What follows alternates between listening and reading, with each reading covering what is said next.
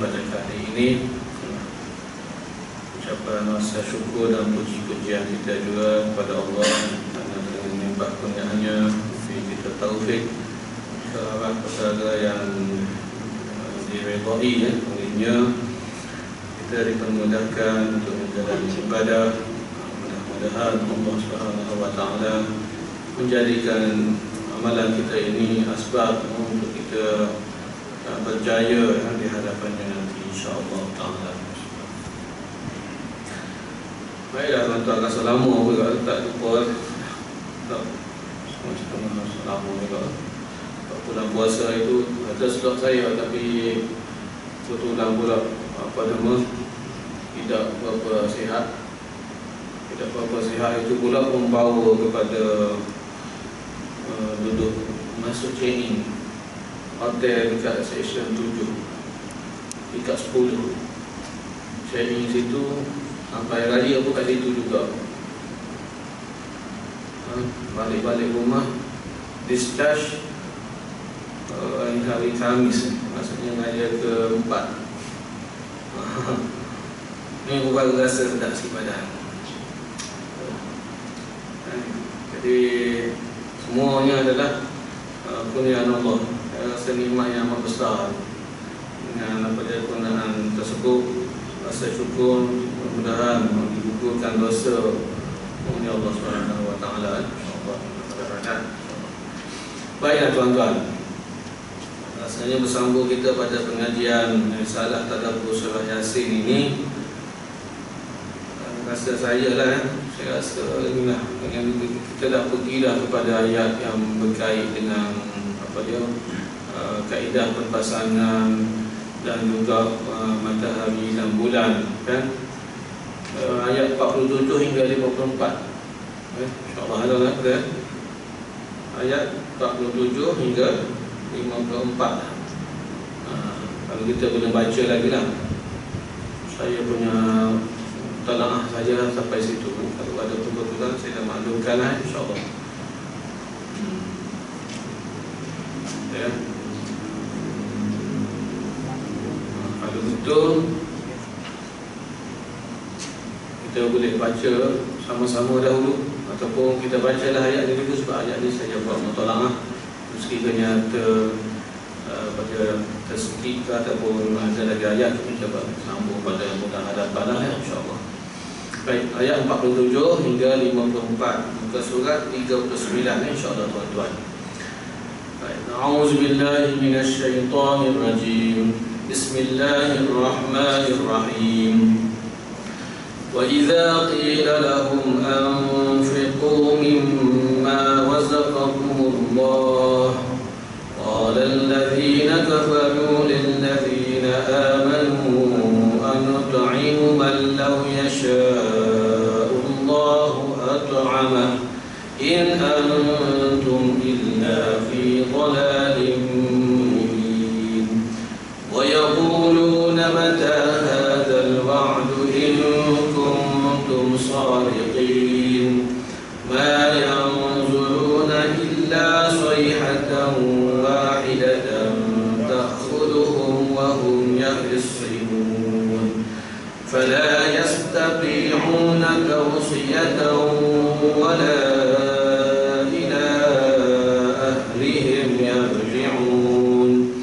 Wa nufikha fis suri fa idza hum minal ajdathi ila rabbihim yansilun. Qalu ya waylana man ba'athana min marqadina hadza ma wa'ada ar-rahman wa sadaqa al-mursalun. In kanat illa sayhatan wahidatan fa idza hum jami'un ladayna muhdarun. Falyawma la tuzlamu nafsun shay'an wa la tujzawna illa ma kuntum ta'malun. Sadaqallahul azim. Alhamdulillah, penggal ni dia panjang sedikit, kan? bacaan ni panjang sikit, ada 8 ayat di mana kita akan membacanya dan menghayatinya serta mentadabburkannya insya-Allah. Wa idza qila lahum, ini nak beritahu mengenai sya'nu. Sya'nu ni maknanya tabi'ah. PN orang musyrikin, orang kafir, orang yang tidak beriman kepada Allah, dan tabi'ah orang yang manusia yang percaya beriman kepada Allah. Wa idza qila, apabila dikatakan tu kepada siapa? Lahum, kepada mereka. Mereka ni ialah kata nama orang yang ketiga. Faham daripada sini, sebab kita daripada ayat-ayat sebelumnya, maksud orang yang ketiga itu ialah kufar musyrikin Mekah, khususnya umumnya tu mereka-mereka yang seakidah dengannya. Tahun kufar musyrikin Mekah. Apakah yang dikatakan kepada mereka tu? Anfiqu mimma razaqakumullah. Keluarkanlah nafkah, keluarkanlah belanja, mimma daripada rezeki, itu apa itu daripada rezeki yang telah dikurniakan oleh Allah kepada kamu. Dikatakan kepada mereka ni orang yang tidak beriman. Maksudnya kalau kita minta donation kepada orang yang tak beriman ni, dia akan berkata demikian. Apa dia katanya? Qala allazina kafar, berkatalah orang yang ingkar, kufur, yang mana tidak beriman dengan hari kebangkitan, apatah lagi dengan pembalasan amalan yang baik atau amalan yang buruk selepas kematian. Mereka ni tidak beriman dengan kehidupan selepas kematian ataupun yang ringkasnya hari kebangkitan. Mereka kata hidup adalah mati. Hidup mati itu je. Hidup ni adalah hidup dan mati. Wa ma hadhil hayatud dunya illa namutu wa nahya. Tidaklah kehidupan dunia ini kecuali kita hidup dan mati. Kita buat jahat atau sampai kita mati, senyap dah, tak ada apa-apa dah. Tak buat baik pun. Itu dia. Itu dia. Wa ma yuhlikuna illa ad-dahr. Dikatakan surah Jasiyah. Dan tidaklah kita ni mati semuanya kecuali memang dah sampai masa. Gitu kan. Kita tahu yang masa itu adalah Allah sendiri menentukan. Begitu. Jadi jahilnya mereka kan.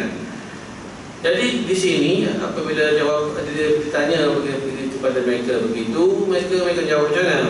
Qala allazina kafar, katalah orang yang kufur itu kepada mereka yang beriman. Maksudnya kata-kata ini ada silsilah sebab turunnya ayat ini ada. Nanti kita tengok muka surat sebelah.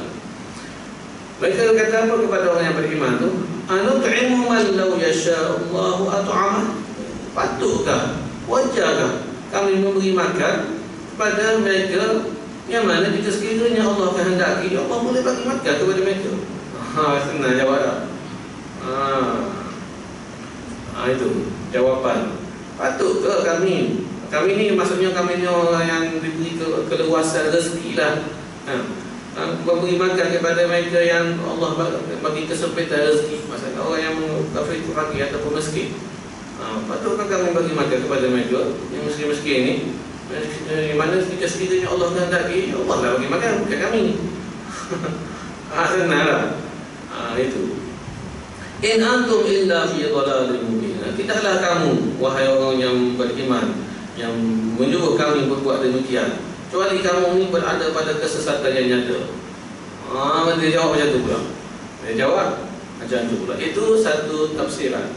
Tafsiran kedua yang mengatakan in antum illa fi dhalalin mubin ini ialah jawapan daripada pihak Tuhan sendiri ataupun pihak orang yang beriman. Tidaklah kamu ni, wahai kafir musyrikin, menjawab seperti jawapan begini apabila diajukan kepada kamu, berilah makan kepada mereka yang mana tidak berupaya, tidak ada perluasan rezeki. Kamu jawab macam tu, tidaklah kamu ni kecuali berada pada kesesatan yang nyata. Maksudnya kejahilan yang nyata. Maksud kejahilan di sini ialah soal masyiatillah, kehendak Allah. Kehendak Allah ni kita tidak boleh buat ukuran. Kita tidak boleh buat ukuran atas kita. Atas kita, maksudnya kalau Allah nak buat biarlah kalau Allah kan. Bukan begitu. Atas masyiatillah ni yang kata insya-Allah ini bukan ukurannya. Sebab itu adalah hak mutlak Allah. Adalah hak mutlak Allah Subhanahu wa taala. Maksudnya secara paksanya ataupun secara maknanya qahar ni maknanya nak macam mana pun kalau Allah nak bagi dapat juga, kan? Itu adalah hak Allah. Maka kenapa kita nak mencampuri urusan Allah? Itu maksudnya, kan? Kalau Allah nak bagi makan kat dia, biarkanlah. Tak boleh salah tu. Sebab apa? Sebab pada hakikatnya Allah nak menguji kita. Allah nak menguji kita kepada Allah yang kepada mana hamba-hambanya yang diberi apa dia keluasan rezeki. Kita nak tengok macam mana kamu meneruskan rezeki yang aku beri lebih kepada kamu. Begitu. Tu Tuhan tengok. Soal masyiatillah ini adalah hak Allah. Sebab itu bagi hamba ini dia ada ikhtiar, pilihan. Maksudnya kalau benda yang baik dia ada pilihan buat baik. Kalau benda yang tak baik, dia ada pilihan buat benda yang tak baik juga. Tapi kalau buat baik, balasan baik. Buat tak baik, balasan tak baik. Soal yang meletakkan masyiatillah itu dikira mencampuri urusan Allah. Bukan kata Allah tak mampu. Kan tidak semua tak ada orang miskin ada atas dunia ni, kan? Kalau pun ataupun tidak ada orang sakit atas dunia ni, kita kata apa? Sakit, kenapa sakit? Allah boleh bagi segar kat dia. Macam tu. Jadi di sini soal kita membayar, kalau jawapan ataupun orang yang mengatakan sedemikian, dia menzahirkan mazhar. Mazhar ni maknanya simptom kejahilan yang nyata. Kejahilan yang nyata. Kenapa kita kata kejahilan di sini? Sebab kita kata sepatutnya dia bagi kepada orang-orang yang tidak berupaya tu dengan keluasan yang Allah bagi kepada dia. Sebab apa yang dia dapat itu adalah daripada Allah juga. Baik dalam surah Qasas Allah menyatakan la tansa nasibaka minad dunya. Janganlah kamu pula melupai nasib ni bahagian kamu yang aku kurniakan kepada kamu di atas dunia ini. Wa ahsin, tu kata Tuhan kata wa ahsin, buatlah baik kama ahsanallahu ilaik, seperti mana Allah membuat baik pada kamu, beri rezeki, beri kesihatan. Lantas itu untuk menzahirkan rasa syukur di atas dunia itu, aku nak kamu panjangkan. Di situ Allah memang kaedah Allah, dia panggil sunnatullah. Kalau tidak, Allah tidaklah beritahu wallahu faddala ba'dakum ala ba'din fil rizq. Allah telah melebihkan di antara kamu dengan yang lain pada urusan rezeki. Kalau sama semua, tak jadilah. Macam negara kami ni, kan? Tak ada sama pun, tak sama pun sebenar pun. Dia kata sama, kan? Padahal ada gap jauh lagi jauh. Golongan bangsawan tu kaya sangat. Jadi golongan cara pengagihan, pengurusan kemewahan atas dunia ini yang diuruskan oleh agama Allah ni. Apa yang Tuhan tu dalam Quran itu baik. Sebab dia ada dengan pembalancean. Mana peimbangan dia adalah dengan urusan zakat. 2/5 daripada harta tu, kalau harta tu bentuk emas, kan? Tu urusan tu. Jadi itu secara wajibnya supaya dapat imbangan tu secara wajibnya. Maksud di situ akan kekal, tidak ada kebulu. Secara wajibnya tu untuk nisab zakat masing-masing daripada tumbuhan, tanaman, ternakan dan perniagaan. Perniagaan itu sama dengan emas. Dia punya cara nisab dia. Haul sama je, sahur. Kan? Itu adalah yang wajib. Mana untuk nak menjaga kebajikan orang yang tidak berupaya. Sebab ketidakupaya hamba Allah ini bukan berlaku kepada orang miskin. Dia berlaku kepada semua pihak. Sebab ada turun naik. Seperti roda kehidupan. Orang kaya boleh jatuh miskin, orang yang miskin boleh dipilih menjadi kaya oleh Allah. Dia macam roda. Begitu. Dalam pada kewajipan zakat itu, yang mana memang kita wajib keluar kalau kita memang diberi luasan oleh Allah. Di situ juga ada lagi satu tatawum kita panggil, iaitu sedekah. Maka di situ berlakulah keseimbangan kehidupan dalam masyarakat yang diaturkan oleh agama kita. Dia beza dengan cukai sebenarnya, sangat berbeza dengan cukai. Nanti kita bahas lagi dalam bab muamalah. Okay? Jadi jawapan seperti begini adalah menzahirkan kejahilan yang sangat nyata. Jadi di kalangan kita pun kalau tidak ada pengajian agama, keimanan yang tumbuh daripada kecil, tiba-tiba besar tiba-tiba cari dunia aja, dia akan berjawapan begini. Tidak mustahil langsung. Sebab memang akhir zaman ini Allah jadikan manusia, orang Muslim ini yang tinggal hanya nama sahaja. Tabi'ahnya tidak kurang dengan orang yang tidak percaya kepada Allah. Itu memang menjadi. Jadi kita hindarilah daripada menjawab jawapan yang sedemikian. Di dalam sebuah hadis pun ada memberitahu. Dalam sebuah hadis pun ada memberitahu jawapan-jawapan yang mana tidak wajar untuk dijawab. Nanti saya tunjukkan kepada tuan-tuan. Sekejap.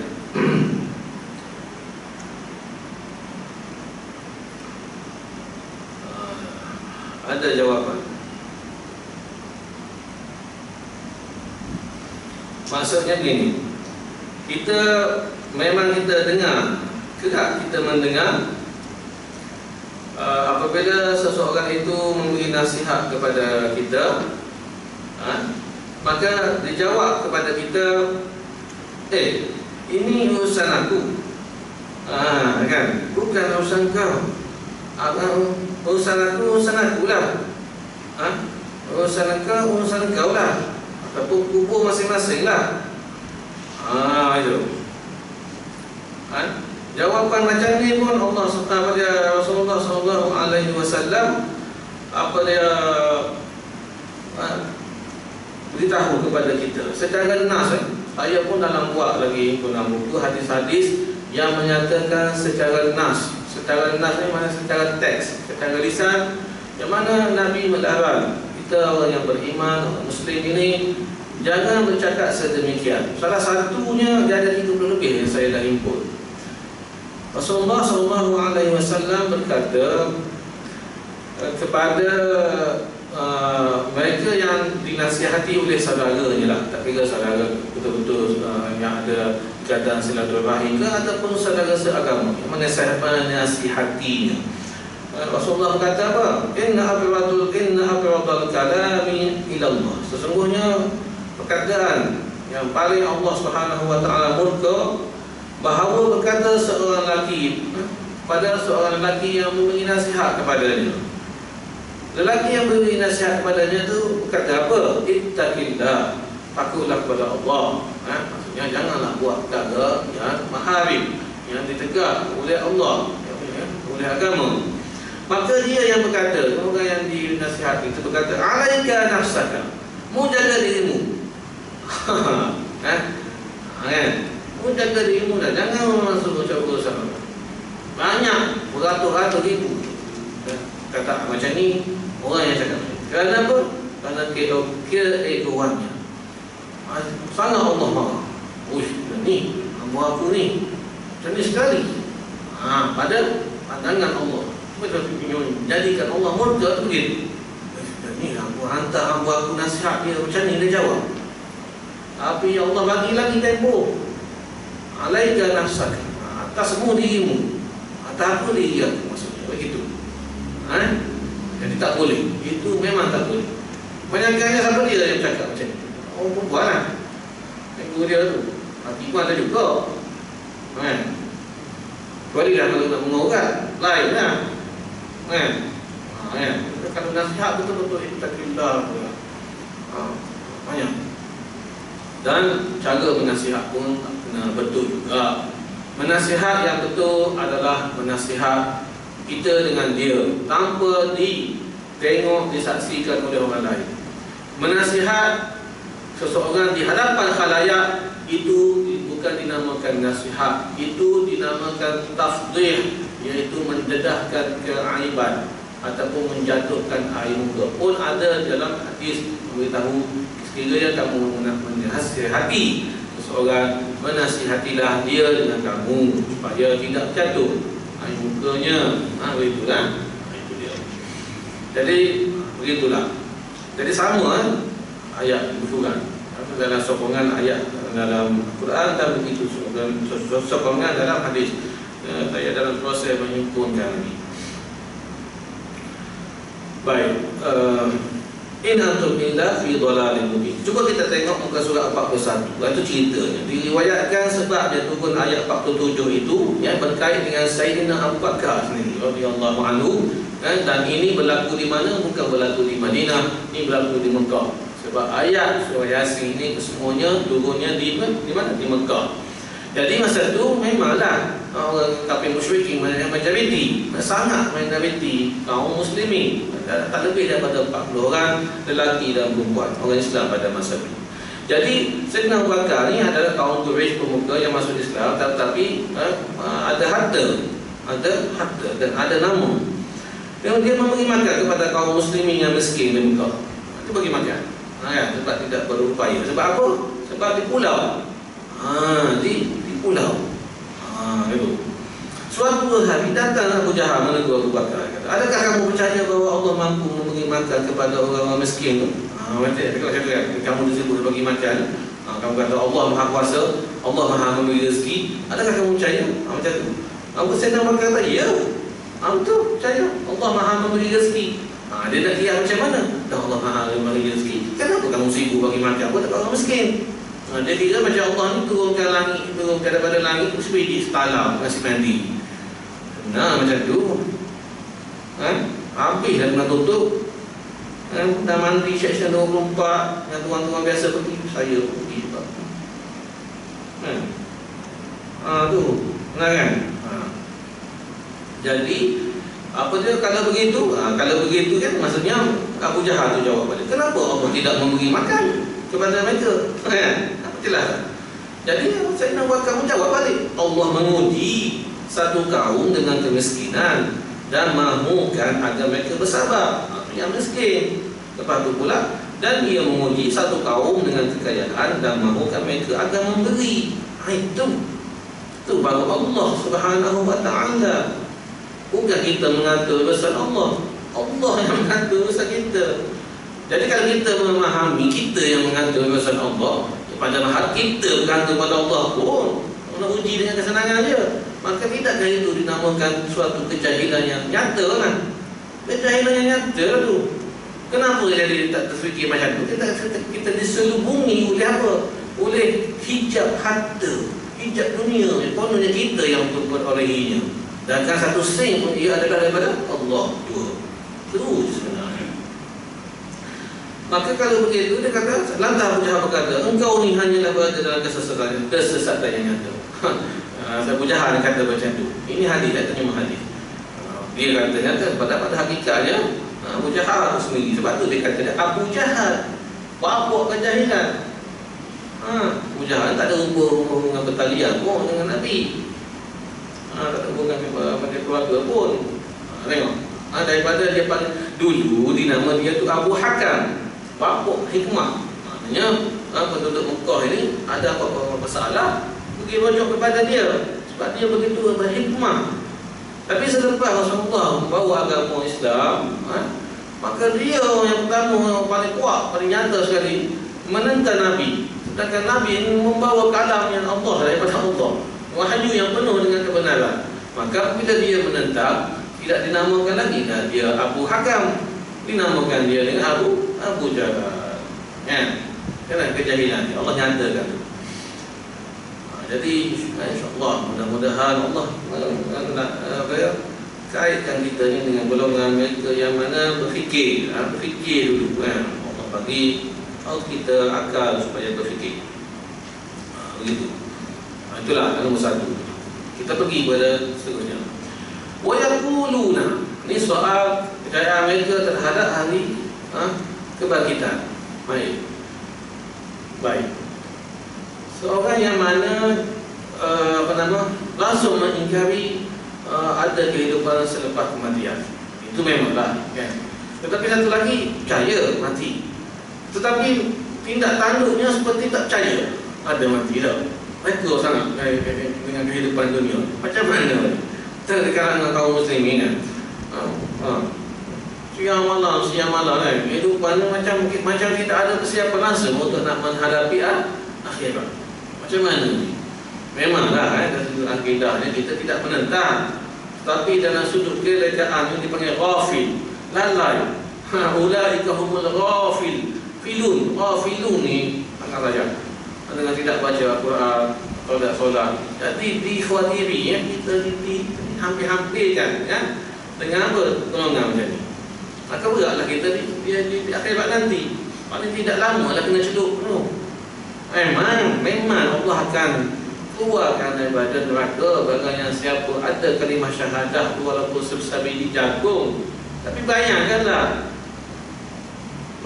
kalau nak duduk dalam api, kita kena takut sebegitu rupa, insyaAllah. Wa yaquluna mata hadzal wa'du in kuntum shadiqin. Perkataan wa yaquluna mata hadzal wa'd in kuntum shadiqin ini banyak dalam Al-Quran. 6 kali disebut.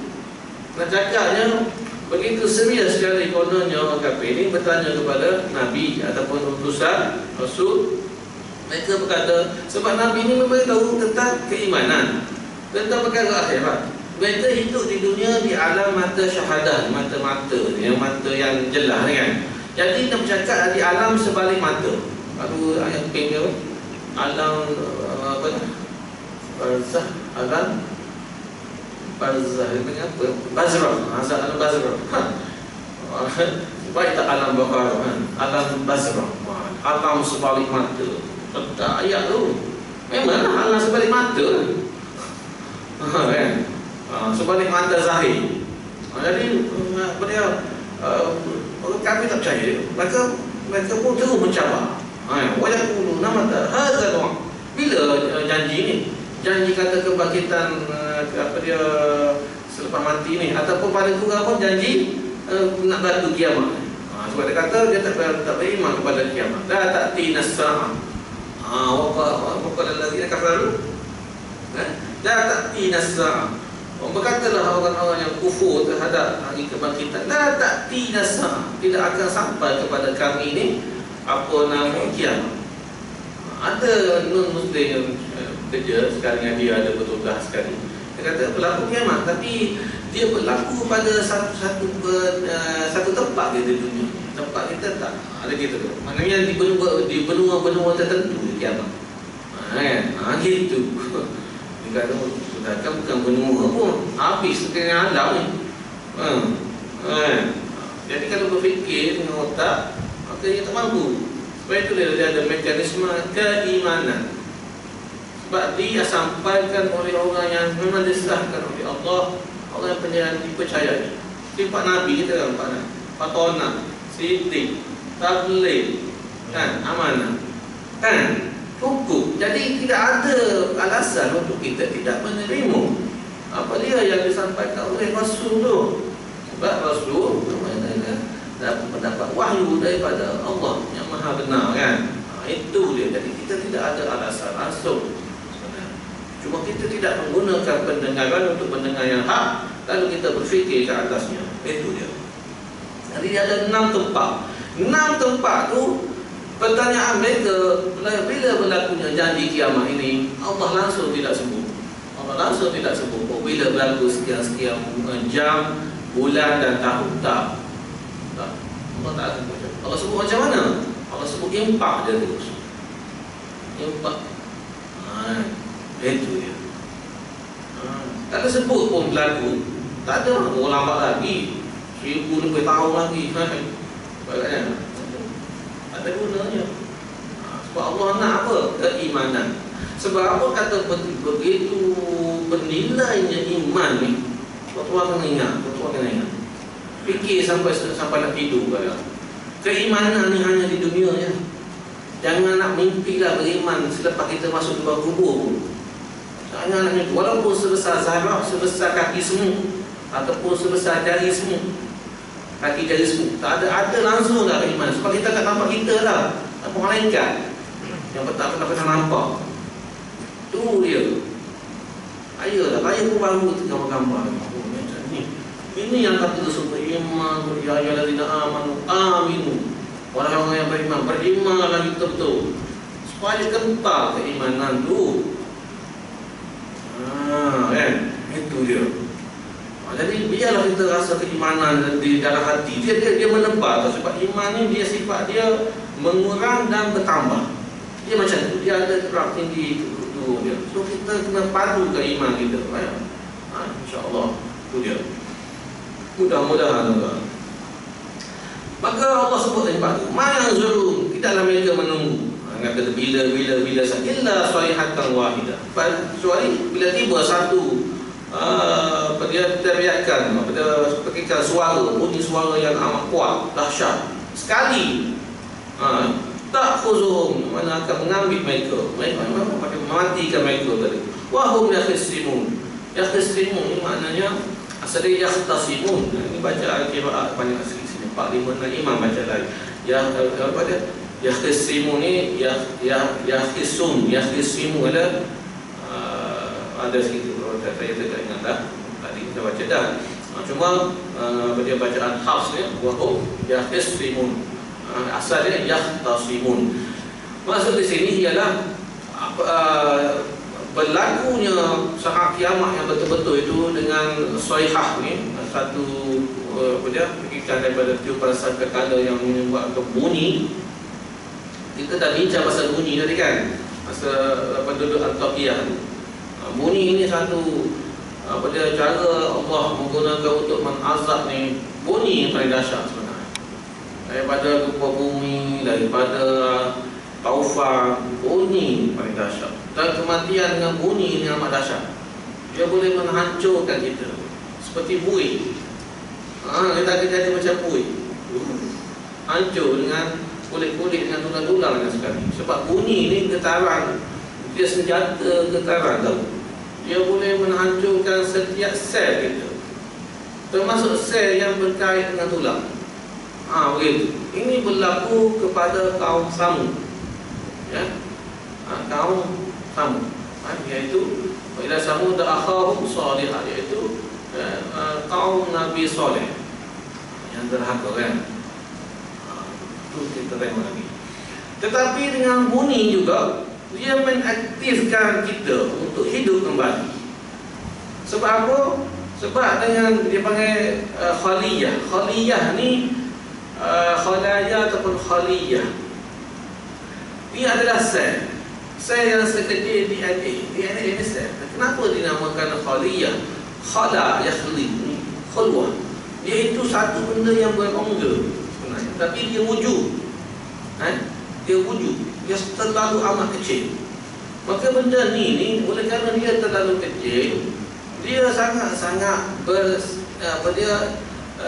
sensitif dengan gelombang. Jadi gelombang yang paling mudah untuk disampaikan adalah apa?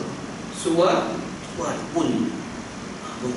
Lepas tu dengan sonpi kita ni, dengan bunyi tu, bunyi yang macam mana Allah buat nanti sekali kesurupan kedua ataupun ketiga, dia ada pendapat pula di situ.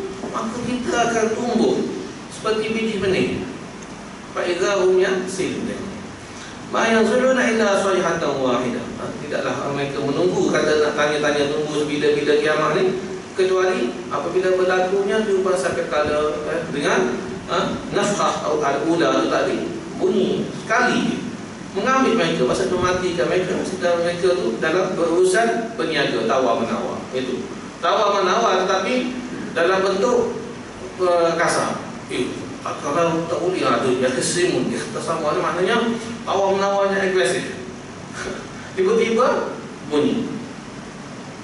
Tu pun berlaku dulu dalam hadis yang lain. 3 hari sebelumnya berlaku tu, dia ada satu, apa nama dia panggil, satu di arah barat. Barat mana? Sini kan? Ini apa? Timur mana? Matahari. Gelap tengah. Juga barat ni dia akan timbul satu benda gelap. Benda gelap tu berbentuk barisan. Seperti dirsun. Allah, 3 hari. Persediaan tu tak ke arah tu. Lepas tu lah barunya berlaku. Tapi manusia pada masa tu tidak ada berselera atas dunia ni. Manusia pada masa tu Allah masa tu tak ada orang yang boleh menyebut Allah sekalipun. Dah, kalau ada lagi Tuhan nak duduk kan? Masa tu kita kan tak ada. Kalau kita ada pun ma'uzubillah jahil kita kan. Saya nak menyaksikanlah kehebatan pada hari kiamat tu. Ya Allah izinkanlah aku ada pada masa tu. Boleh orang ada. Tapi Nabi kata, Nabi cakap benar. Nabi kata pada masa itu mana ada orang yang sebut Allah sekalipun.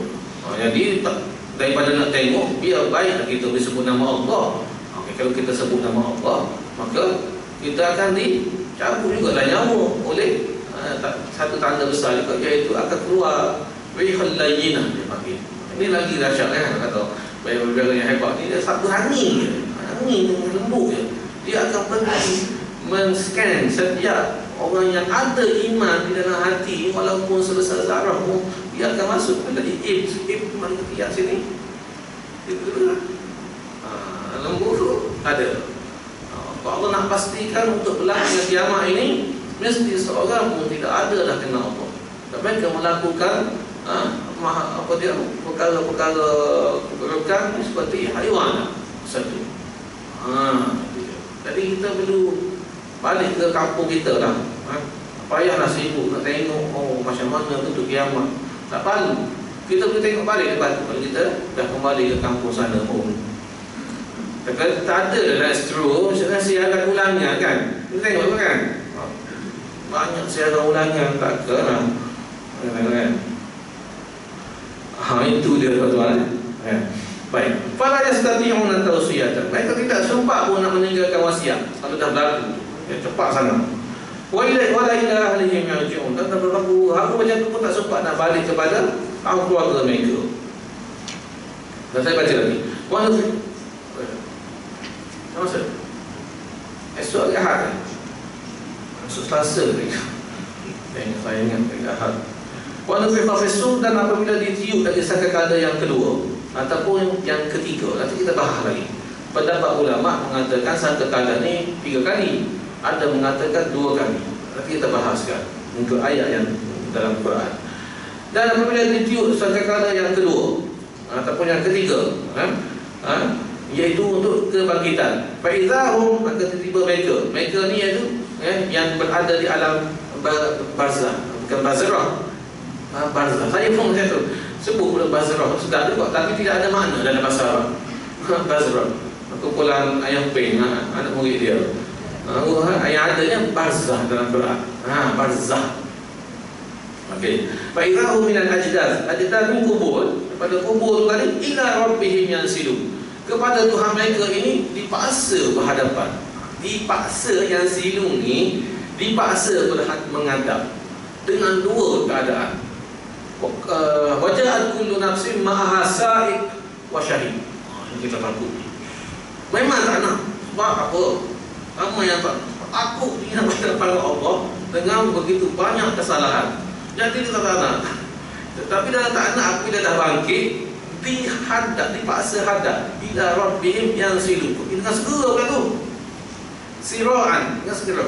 Tetapi dengan segera itu secara secara paksa. Kalau secara sukarela, program pun tak ada. Takut tu,